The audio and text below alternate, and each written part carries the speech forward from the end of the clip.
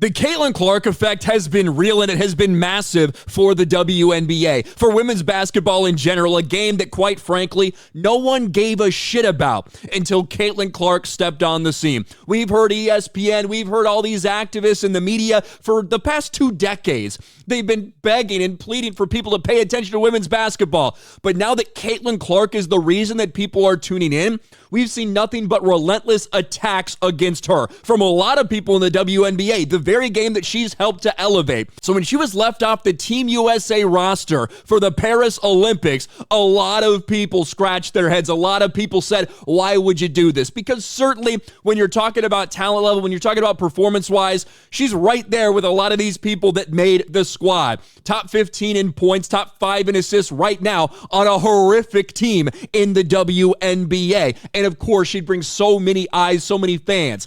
And then reports surfaced that the people at Team USA women's basketball, they specifically didn't want Caitlin Clark because of the massive fan base and how they might get upset if she doesn't get as much playing time as they think she would need. An absolutely ludicrous decision. And so yesterday, live on ESPN, Stephen A. Smith, of all people, torched some of the women that are defending this decision. Stephen A. Smith slams Team USA for ignoring marketing with dumb Caitlin Clark snub.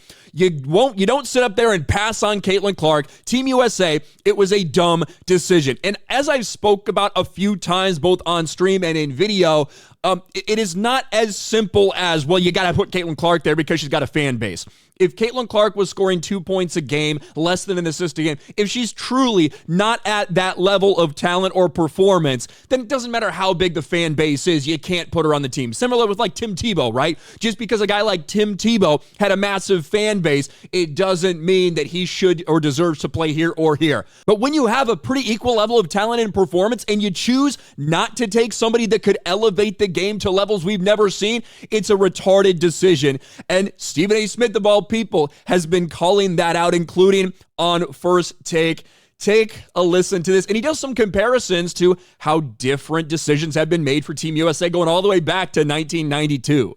Let's harken back to the Dream Team in 1992. Remember when Christian Laettner was on that squad? Forget the other pro players. Forget the pro players. Forget the pro players. That's a given. First time NBA players were allowed to participate. Don't put that damn screen up when I'm talking right now. I want to see Sinead and Andrea, okay? The point is this.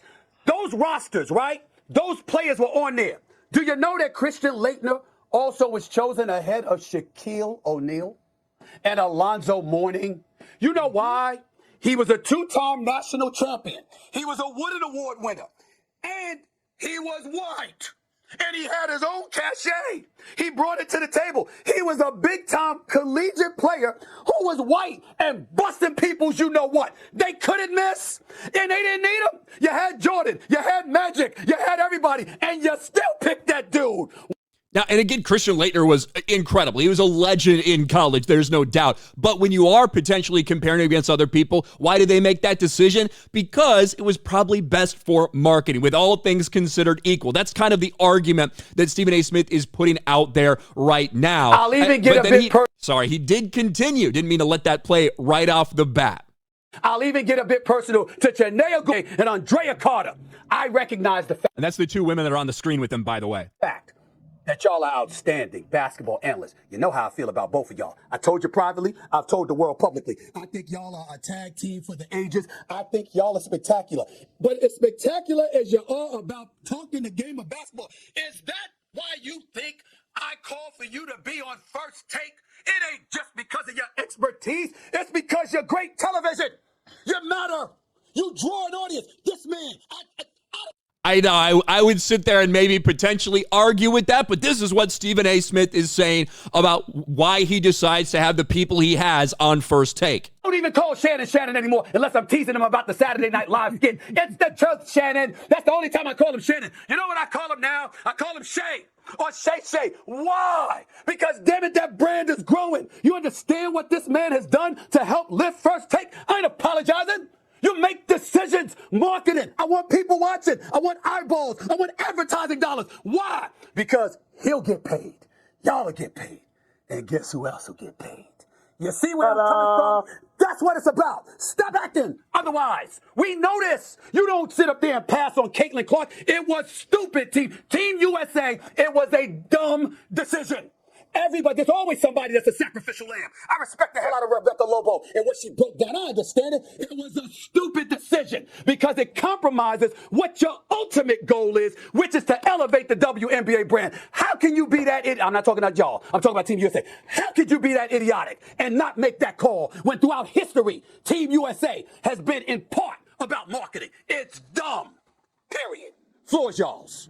And I do think there's a lot of truth to what Stephen A. Smith is saying right here. It is a retarded, a stupid decision by Team USA to leave Caitlin Clark off this. The person that's elevated women's basketball more than anyone else. You would have the most high-profile Team USA women's basketball event you've ever seen. And now, in all likelihood, there's going to be a lot of people that don't tune in, period. Even if they have started to give the WNBA or women's basketball a chance, there's going to be some people that do not tune in, period. Especially when you decide to prioritize un-American pieces of shit like Brittany Griner, who's only played one game this year because she's been injured, who was terrible last year in her comeback. You decide to put her on the team. Now, certainly, there's always going to be these decisions that potentially get made. Hey, prioritizing somebody who's been there, done that, has international basketball experience over somebody younger that will have opportunities.